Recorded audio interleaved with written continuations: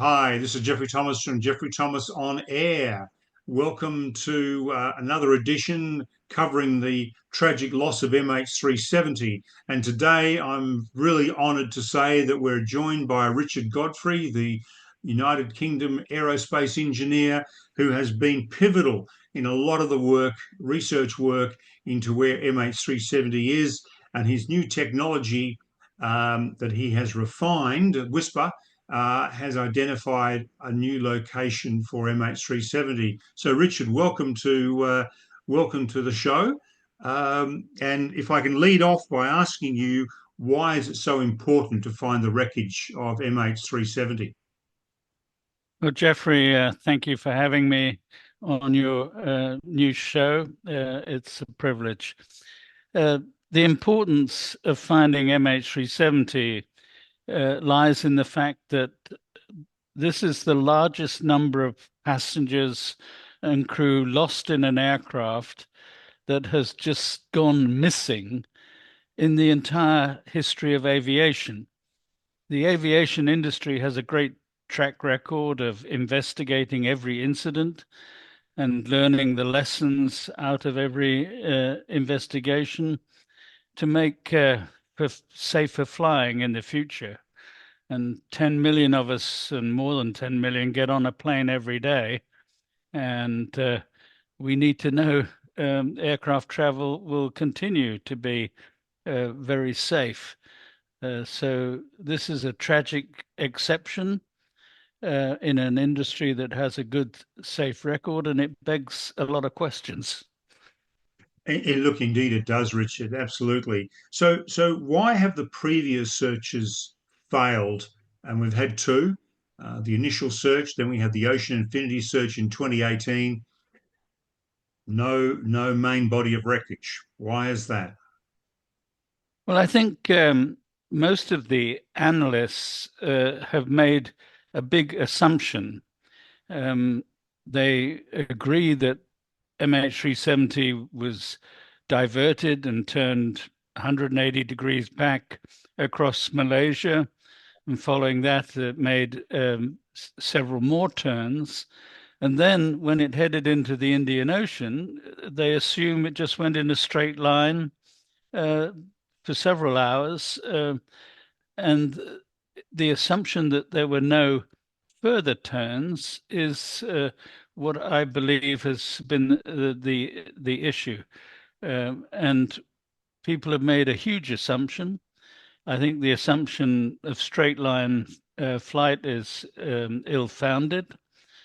And if we consider the possibility that it wasn't just a ghost flight or wasn't just simply on autopilot without any turns being input, if we consider that option, then we will be much wiser. So what will be different with this new search this time?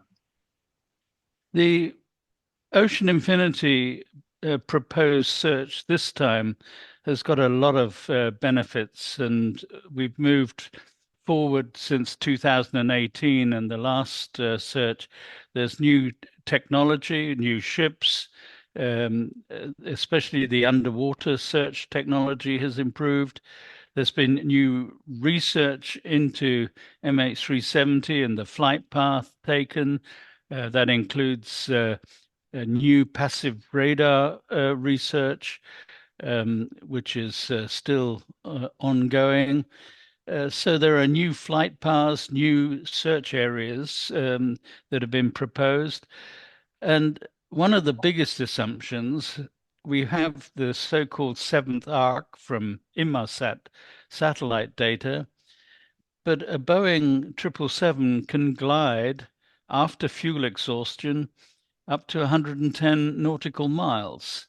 And we've only looked up to around 30, max 40 nautical miles from the seventh arc. And I think that's another assumption which is going to be broken with this new search. They're going to look wider than previously has been the case. Indeed. Now, Ocean Infinity started negotiations with the Malaysians back, I think, in May of this year. I think I'm right in saying that. But apart from one utterance from the Transport Minister Loke about new credible evidence, there's been basically radio silence from Malaysia and from Ocean Infinity. Their ships are stationed in Singapore and Port Klang, I think, at the moment. The search ships. What's going on? Well, you're quite right. Back in the 5th of March, just prior to the Remembrance Day, which is held every year, the Prime Minister of Malaysia, Anwar Ibrahim, said he is willing to consider a new search as long as there's credible new evidence. And Anthony Loke, the Minister of Transport, said very clearly on the 5th of November, having looked at the proposal from Ocean Infinity in detail, that it represents credible new evidence and they want to search. But since then, it seems the Malaysian government has debated and discussed and asked questions. They're concerned, as a majority Muslim country, that there's no financial backing from Israel. They're concerned how Ocean Infinity has come to the conclusion of where it's going to search. Lots of questions being asked and answered, but the prevarication seems to continue. And when you consider Ocean Infinity presented to the Malaysian Minister of Transport back on the 2nd of May, as you pointed out, 2024. I mean, how many months does it take to read a proposal and to negotiate it? So, in this proposal from Ocean Infinity, where are they proposing to actually search for MH370? Well, the first thing they want to do is go wider than previous searches, wider from the seventh arc, because it is quite possible that the aircraft recovered from a relatively steep dive. Boeing have done simulations which prove that it is possible to recover from a steep dive and glide much further out. We've had the new research from Professor Simon Maskell of Liverpool University into the passive radar system based on amateur radio waves called WSPR. This has pointed to new search areas. It's pointed to the fact that there were some turns in the flight path. And the search area is further north than the straight line flight path would indicate. Ocean Infinity are of the mind that they want to search until they find, and they have the capability to cover a large area. They've listened to a number of experts. They want to cover a number of areas, and just continue until they find. However, what is then important is that they are given the time frame to be able to do that wide-scale search. And it is well-known fact and been accepted by Malaysia that the best time to go into the southern Indian Ocean is between November and March. And we've already got in 1 month lost, the month of November. And if we lose another month, then the time frame for a search, a wide-scale search, is being reduced all the time. Now, you mentioned Professor Simon Maskell from Liverpool University. And of course, he's building on the work that you've done over the last 4 or so years on WSPR. But who else is advising the Malaysians or Ocean Infinity, I should say? Ocean Infinity has two principal advisors who were at the meeting on the 2nd of May with the Minister of Transport in Malaysia.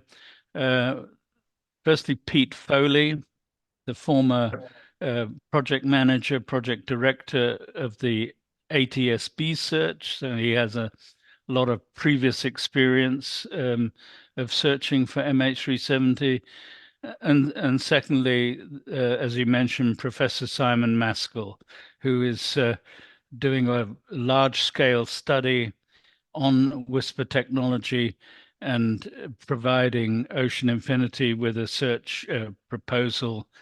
This proposal will be peer-reviewed by a number of academics around the world, and Ocean Infinity have consulted with these various academics as well as Simon Maskell in their deliberations of where to search.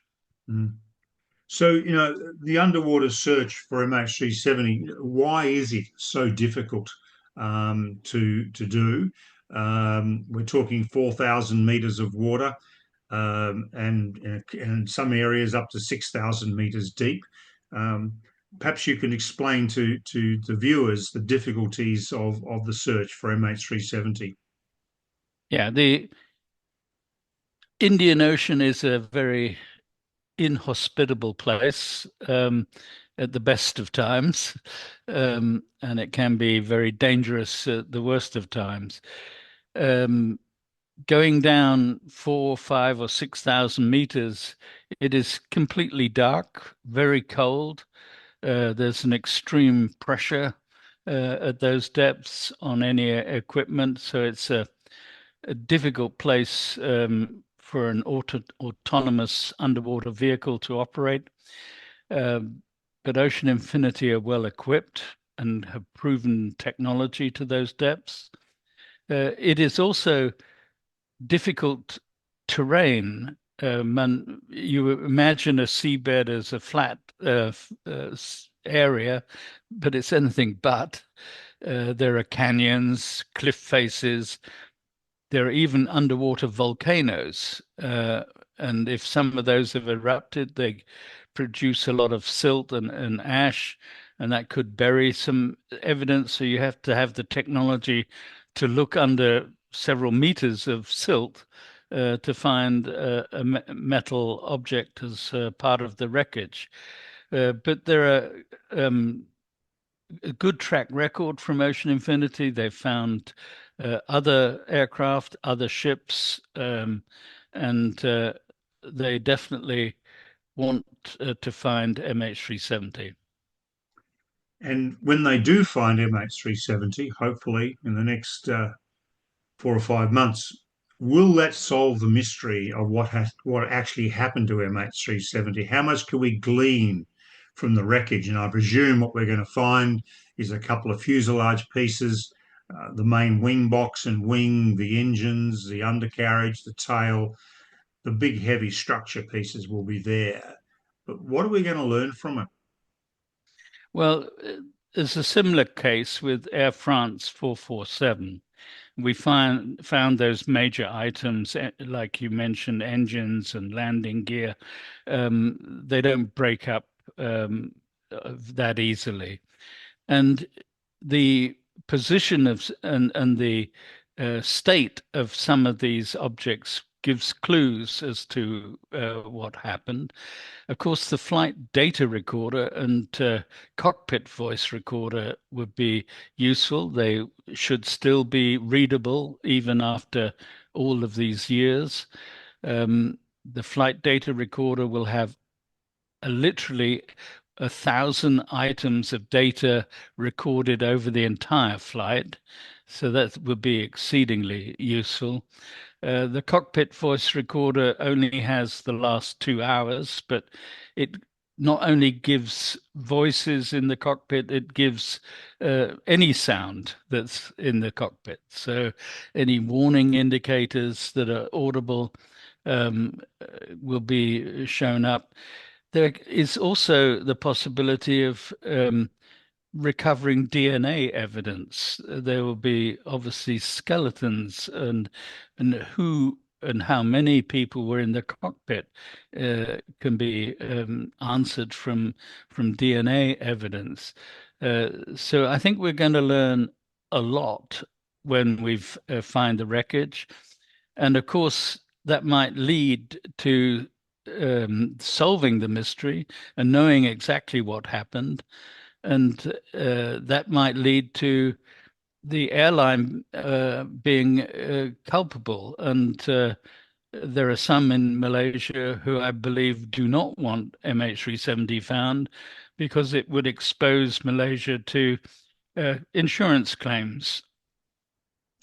Look, indeed, and that may be why Malaysia is not coming to the party.